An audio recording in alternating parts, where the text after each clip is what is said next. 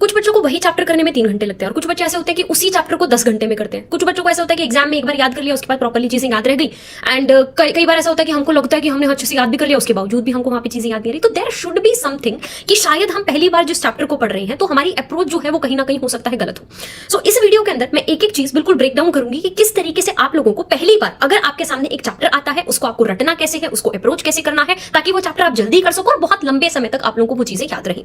सुनते जाना मेरी बात ध्यान से बेटा जी। मैं आप लोगों को एक एग्जांपल लेकर चलूंगी, मैं बायो पढ़ाती हूं तो मैं बायो का एग्जांपल लेकर चलूंगी। मैंने एक चैप्टर आप लोगों के सामने यहां पर रख दिया, ह्यूमन रिप्रोडक्शन।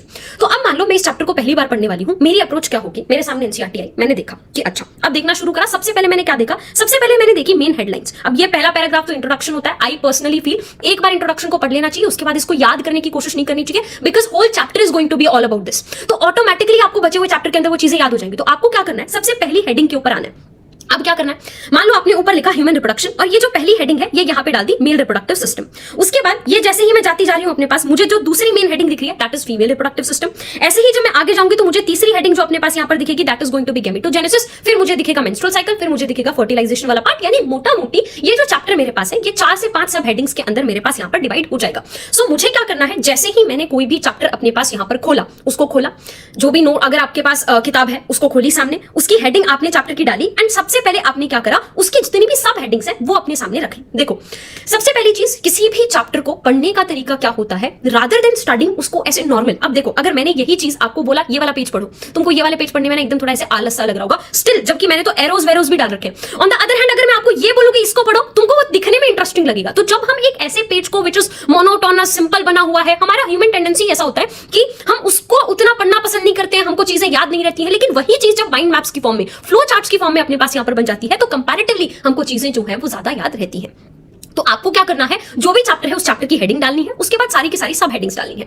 अब इससे क्या होगा, अब इससे एक चीज होगी कि जैसे ही आपने अपना एक चैप्टर सोचा दिमाग में कि okay reproduction, human reproduction chapter है, तो आपके दिमाग में पूरे के पूरे चैप्टर का ओवरव्यू बना हुआ है कि इस चैप्टर के अंदर मुझे ये चीजें पढ़नी है। अगर एक बात मेरी याद रखना, अगर तुम चाहते हो एग्जाम के टाइम पे तुमको 100% चीजें याद रही, अगर तुम चाहते हो कि वहां पर सब कुछ एकदम से निकल कर आए, सारे क्वेश्चंस ठीक हो, तो तुमको क्या होना चाहिए, किताब की जरूरत नहीं पड़नी चाहिए। आंख बंद करके you should be able to recall whole chapter. तो जैसे ही तुम आंख करो तुम्हारे सामने पूरी की पूरी पन्ना जो है वो किताब खुल जानी चाहिए। अब अगर मैं तुम लोगों को क्या बोलूं कि इस चैप्टर को यहां से पढ़ना स्टार्ट करो, ये तुमने पढ़ लिया, तुमने यहां पे याद कर लिया, ऐसे तुम्हारी पन्ना कभी भी तुम्हारे आंखों के सामने क्लोज करोगे ना, तुम इस पेज को इमेजिन नहीं कर पाओगे। लेकिन ऑन द अदर हैंड वही मैंने यहां पर क्या बनवा दिया तुमको, ये वाला माइंड मैप बनवा दिया। Now you will be able to imagine. तो आपको क्या करना है, आपको अपने चैप्टर्स को सॉर्ट ऑफ माइंड मैप्स की फॉर्म में, सॉर्ट ऑफ एरोज की फॉर्म में उस तरीके से कन्वर्ट करके और आपको अपने दिमाग के अंदर पूरे के पूरे इसको चैप्टर को शॉर्ट कर देना है, स्मॉल कर देना है। तो सबसे पहले तुमने हेडिंग डाली, उसके बाद तुमने डाली सब हेडिंग्स। अब मैं क्या करूंगी, अब मैं 1 बाय 1 करके करना स्टार्ट करूंगी। सबसे पहले my focus is going to be male reproductive system. तो अब एक एक जो सब हेडिंग अपने पास यहां पर है उसको हम करेंगे, उसके अंदर जो जो पार्ट्स हैं मैं कोशिश करूंगी उसको एक ही पेज के अंदर कंसाइज करने की कोशिश करूं। जैसे मैं खुद पढ़ाती हूं तो मैं क्या करती हूं, मैं पहले पूरा टॉपिक जो है वो पढ़ा देती हूं, उसके बाद लास्ट में मैं उनको एक माइंड मैप बनवा के दे देती हूं, तो उन लोगों के लिए चीजें जो है वो आसान हो जाती है। तो अब क्या कर सकते हो आप, बहुत सारे बच्चे ऐसे होते हैं कि नहीं हमको सिर्फ एनसीईआरटी से ही पढ़ना है, तो आप क्या कर सकते हो, एक एक्स्ट्रा पेज अपने पास यहां पर लेकर you can convert this whole thing into a mind map और यहां पे उस पेज को डाल दो। अलग से नोट्स नहीं बनाने तो, लेकिन अगर किसी कोचिंग जाते हो तो अलग से नोट्स अपने पास अगर पॉसिबल है तो बना लो। अब मैंने क्या करना स्टार्ट करा, मैंने एक सब हेडिंग को पढ़ना स्टार्ट करा। जैसे कि सबसे पहली सब हेडिंग मेरे पास यहां पर क्या आई, द मेल रिप्रोडक्टिव सिस्टम। मैं क्या करूंगी, यहां पे जब पढ़ना शुरू करूंगी सबसे पहले अपने सामने रखूंगी टाइमर। 10 मिनट का टाइमर मैं खुद को दूंगी, जिस 10 मिनट में मेरा सिर्फ और सिर्फ एक ही मोटिव रहेगा कि मुझे पहले एक बार I just want to go through whole page again. इससे पहले कि मैं किसी जंग पे निकलूं, कहीं भी निकलूं, मेरे को पता तो होना चाहिए उस जंग के अंदर होने क्या क्या वाली चीजें हैं। तो एक बार 10 मिनट का टाइमर लगा के पूरे पेज को पढ़ो। एंड अगर अंडरलाइन करना है तो पेंसिल से अंडरलाइन करना, सीधा का सीधा हाईलाइट मत करना। आपको क्या करना है, जैसे इस पेज को जब मैं पढ़ना शुरू करूंगी, मुझे पता है मेरे को इस पेज में हर चीज याद करने की नहीं है। जैसे कि the testes are situated outside the abdominal cavity within a pouch called scrotum. अब इसको एक बार सोच के देखो, इस लाइन में टेस्टिस एब्डोमिनल कैविटी के बाहर सिचुएटेड होते हैं। क्या ये बात तुमको याद नहीं रहेगी? ये बात तुमको नॉर्मली भी याद रहेगी। हो सकता है वैसे तो स्क्रॉटम एक बहुत नॉर्मल वर्ड है, लेकिन अगर ये एक नया वर्ड होता तो मैं कह सकती हूँ कि स्क्रॉटम वर्ड मुझे याद नहीं रहेगा। तो किसी भी लाइन में आपको फिगर आउट करना है कि कौन सी ऐसी चीज है जो नई इंफॉर्मेशन आपके लिए थी, लेकिन वो नई इंफॉर्मेशन इतनी आसान है याद करना, या फिर उसको आपने ऐसा इमेजिन कर लिया है कि आप 2-3 बार उसको पढ़ोगे तो आपको बहुत ज्यादा अलग से उसको समय देकर रट्टाफिकेशन की जरूरत नहीं पड़ेगी। ऑन द अदर हैंड, अगर स्क्रॉटम आपके लिए एक नया वर्ड है तो वो एक ऐसा वर्ड हो गया जिसको आपको बार बार रिवाइज करना पड़ेगा, रिकॉल करना पड़ेगा, रटना पड़ेगा। So that is the difference. जब आप 10 मिनट में एक बार पूरे के पूरे पेज से गो थ्रू हो जाओगे, आपको समझ में आ जाएगा कौन सी ऐसी चीज है जिसको बार बार रिपीट करना पड़ेगा। Scrotum scrotum scrotum. On the other hand, कौन सी ऐसी चीज है जिसकी सिर्फ रीडिंग मार के देखो, एनसीईआरटी की रीडिंग तो अपने को 10-11 बार करनी है नीट से पहले, लेकिन कुछ चीजें ऐसी होंगी जिनको सिर्फ रीडिंग रीडिंग रीडिंग की जरूरत पड़ेगी and we will be able to recall that information. Are you able to understand this point? And कुछ चीजें ऐसी होंगी जैसे यहां पर इसका टेम्परेचर है 2 से 2.5 डिग्री सेल्सियस, ये मेरे को बार बार रिपीट करके याद करना ही पड़ेगा। So you need to underline that. तो 10 मिनट में जस्ट गो थ्रू पूरे के पूरे पेज, उसमें समझो, 2 चीजों में बांटो कि कौन सी चीज सिर्फ पढ़ के रिकॉल करना बहुत आसान हो पाएगा, उसको 1-2 और रीडिंग मार देंगे, और कौन सी ऐसी चीज है जिसे मुझे बार बार क्रैम करना पड़ेगा। You can underline that. और अभी पेंसिल से अंडरलाइन करो, बिल्कुल लाइट अंडरलाइन करो, धीरे धीरे धीरे धीरे क्या करते जाना, फिर अपना पेन से करते जाना, क्योंकि धीरे धीरे तुमको चीजें याद हो जाएंगी। तुमको ऐसे होगा क्यों बिना बात अंडरलाइन करा था।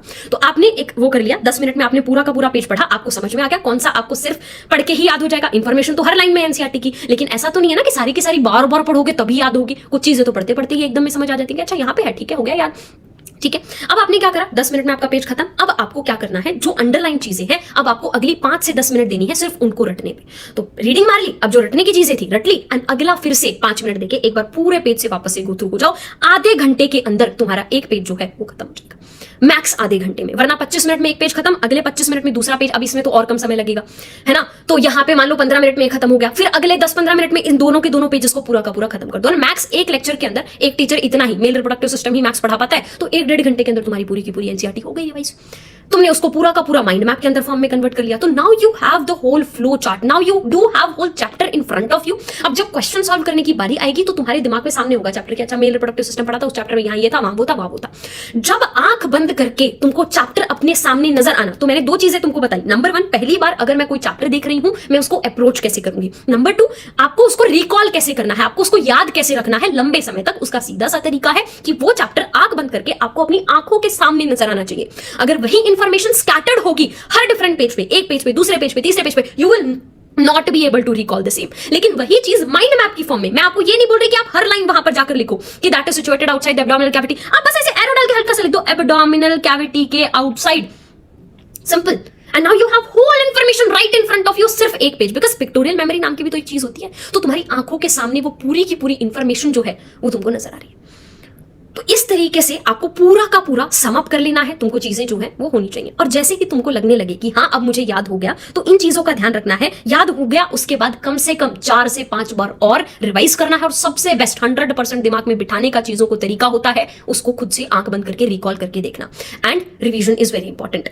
कोई भी चैप्टर, अब एक थ्योरी होती है कि पहले 10 दिन के अंदर ऑलमोस्ट आधा चैप्टर तुम भूल चुके होगे, तो 10 दिन से पहले कोशिश करो एक बार वापस से सारे के सारे पन्ने पलट के देख लो। उसके बाद अब और थोड़ा ज्यादा दिन तक याद रहेगा, 21 दिन के बाद पलट के देख लो, फिर 2-3 महीने के बाद पलट के देख लो। तो इतने टाइम पीरियड में एक चैप्टर को वापस से उठा के देखते रहा करो एंड देन क्वेश्चन प्रैक्टिस करोगे। क्वेश्चन प्रैक्टिस में जो गलत हो उसको आओ एनसीईआरटी में खोल के देखो, खोल के देखोगे तो वो चीजें तो परमानेंटली याद हो ही जाती है। तो इस तरीके से मैंने बता दिया यहाँ नोट्स भी कैसे बनाने हैं। मैंने यहाँ पे बता दिया किसी चैप्टर को पहली बार पढ़ना है तो वो पढ़ना भी किस तरीके से है, और उसको लंबे समय तक याद रखने का सिर्फ यही तरीका है।